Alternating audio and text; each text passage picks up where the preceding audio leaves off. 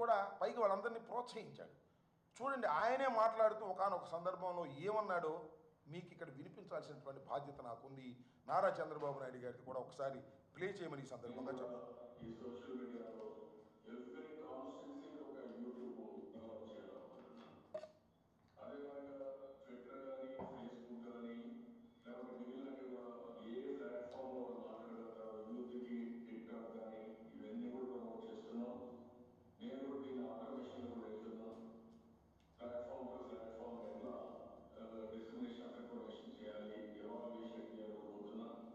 ఇంకోటి content preparation కూడా నాలుగు కొనవరించాను. ఆ విషయం గురించి షేర్ చేయాల్సిన అవసరం ఉంది. ఆ కంటెంట్ తయారు చేయడంలో శ్రేయోదర్శకమైనటువంటి వాళ్ళు కొంతమంది పార్టీ వాళ్ళు, అదే సమయంలో అవుట్ సోర్సింగ్ ఏజెన్సీస్ అవసరమైతే ఒక ప్లాట్ఫామ్ క్రియేట్ చేసి కంటెంట్ కాంపిటీషన్ పెట్టి కొంతమంది ఎవరైనా పేమెంట్ చేస్తా ఉంటే కొంత నామినల్ పేమెంట్ కూడా వాళ్ళకి ఇస్తూ పేమెంట్ ఇస్తూ అది కూడా ఏంటంటే ఏ ప్లాట్ఫామ్ లో మ్యాక్సిమం వ్యూవర్షిప్ వస్తే పాపులర్ అయితే దాన్ని పే చేసుకొని పేమెంట్స్ కూడా ఇద్దాం. అంటే తిట్టుడు కార్యక్రమంలో కూడా కాంపిటీషన్ పెడతా అంట. ఎవరు బాగా వైఎస్ఆర్ కాంగ్రెస్ పార్టీని దూషిస్తారో, ఎవరు బాగా జగన్మోహన్ రెడ్డి గారిని, జగన్మోహన్ రెడ్డి గారి ఫ్యామిలీని దూషిస్తారో వాళ్ళ కంటెంట్ కాంబినేషన్ పెట్టి వ్యూస్ బాగా వస్తే ఆ వ్యూస్ బాగా వచ్చిన వాళ్ళకి ఈ ప్లాట్ఫామ్ మీద నుంచి కూడా డబ్బులు ఇచ్చేటటువంటి కార్యక్రమం చేస్తామని సాక్షాత్తు నారా చంద్రబాబు నాయుడు గారే చెప్పి ప్రోత్సహించినటువంటి సందర్భాల గురించి మీకు అర్థం కావడం కోసం నేను ఈ సందర్భంగా దాన్ని వేయటం జరిగిందని కూడా మనవి చేస్తున్నా. ఇంకా కొన్ని ఉన్నాయి చూడండి. ఈ టీవీ శివ అంట, ఇదొకటి.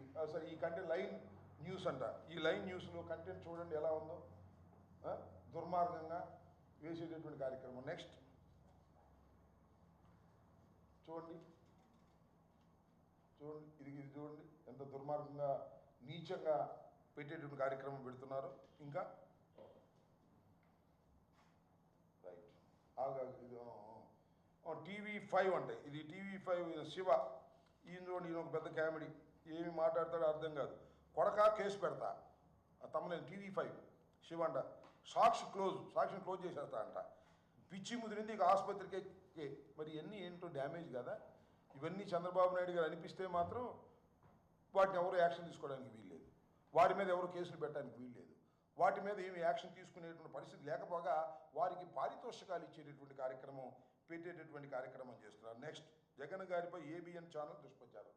చూడండి, ముందేమో ఈ కింద పెడతారు లైవ్, ఇది అయిపోయిన తర్వాత పైన పెడతారు. చూడండి, జగన్మోహన్ రెడ్డి గారిని మార్ఫింగ్ చేసి ఏ రకంగా చిత్రీకరించేటటువంటి కార్యక్రమం.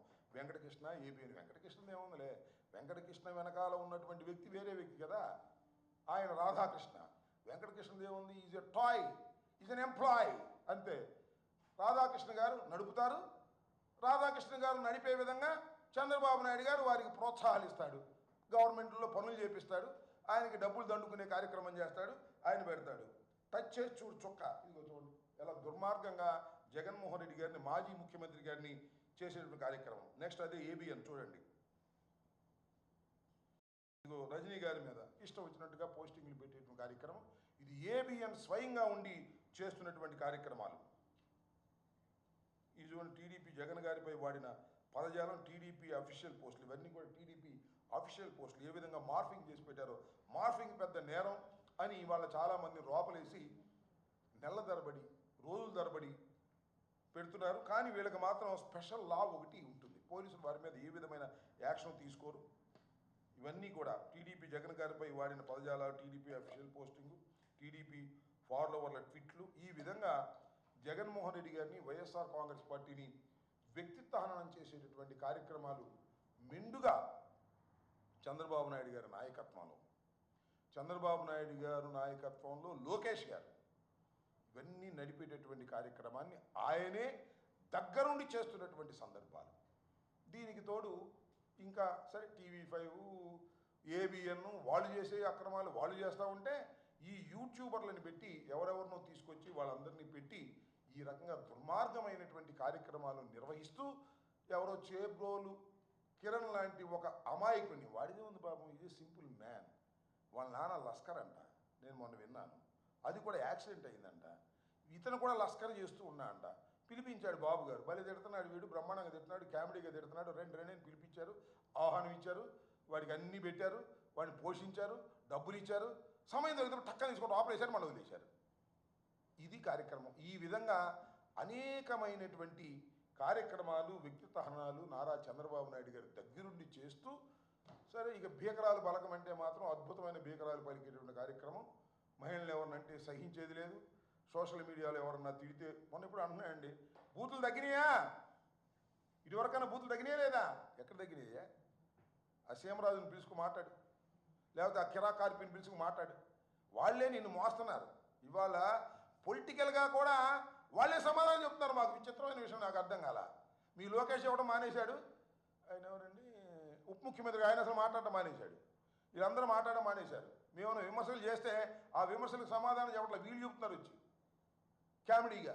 ఇలాంటి దౌర్భాగ్యమైన నీచమైన స్థితికి తెలుగుదేశం పార్టీ దిగజారిపోవడం చూస్తే జాలేస్తుంది.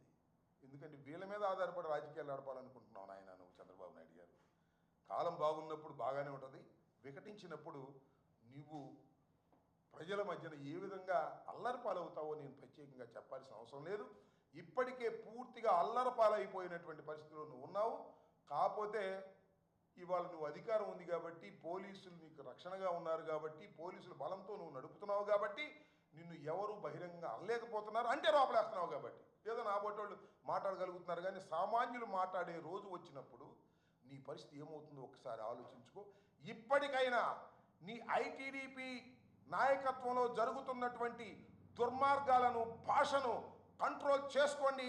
సంవత్సరం అవుతున్న సందర్భంగా ఆయన కంట్రోల్ చేసుకోలేకపోతే ఇంతకన్నా ఘోరమైన పరిస్థితిని మీరు అనుభవిస్తారనేది గుర్తుపెట్టుకోమని ఈ సందర్భంగా నేను హెచ్చరిక చేస్తున్నాను. చంద్రబాబు నాయుడు ఇప్పటికైనా తనలో చిన్న మార్పు ఏదైనా వచ్చి ఈ సోషల్ మీడియా మీద యాక్షన్ తీసుకుంటే మంచిదని కూడా చెప్తున్నాను. ఒకవేళ మీరు తీసుకోలేదు, మేము వదిలిపెట్టాం. నేను 5 కేసులు ఇస్తే